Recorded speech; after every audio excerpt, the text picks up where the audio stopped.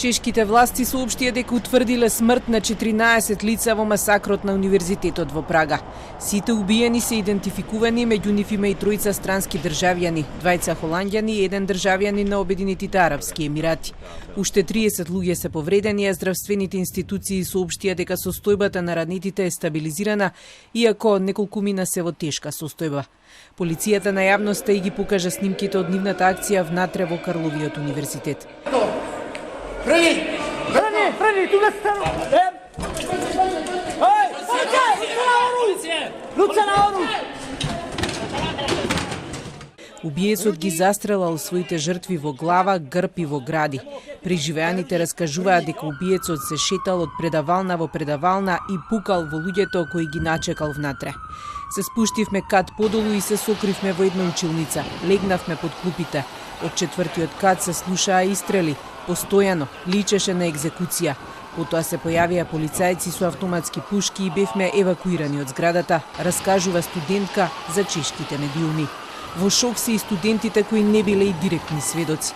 Голем дел од нив помислиле дека станува збор за филмска сцена, но брзо сватиле дека ситуацијата е реална.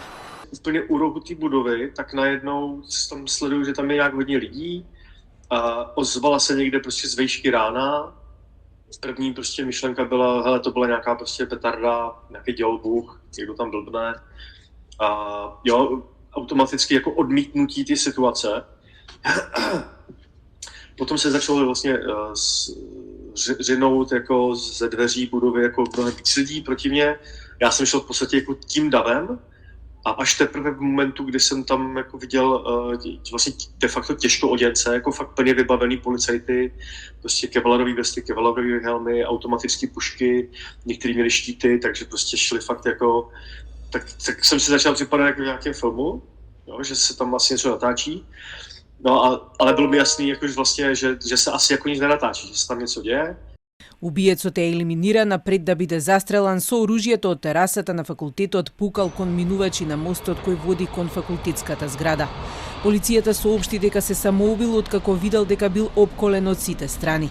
Идентификуван е како 24 годишниот студент Давид Козак, кој пред масакрот излегол од својата куќа во селото Кладно кај Прага, каде е најдено телото на неговиот убиен татко. Се истражува дали е поврзан со двојно убиство извршено во Шума парк во близина на Прага, кога биле убиени двомесечно бебе и нејзиниот 32 годишен татко.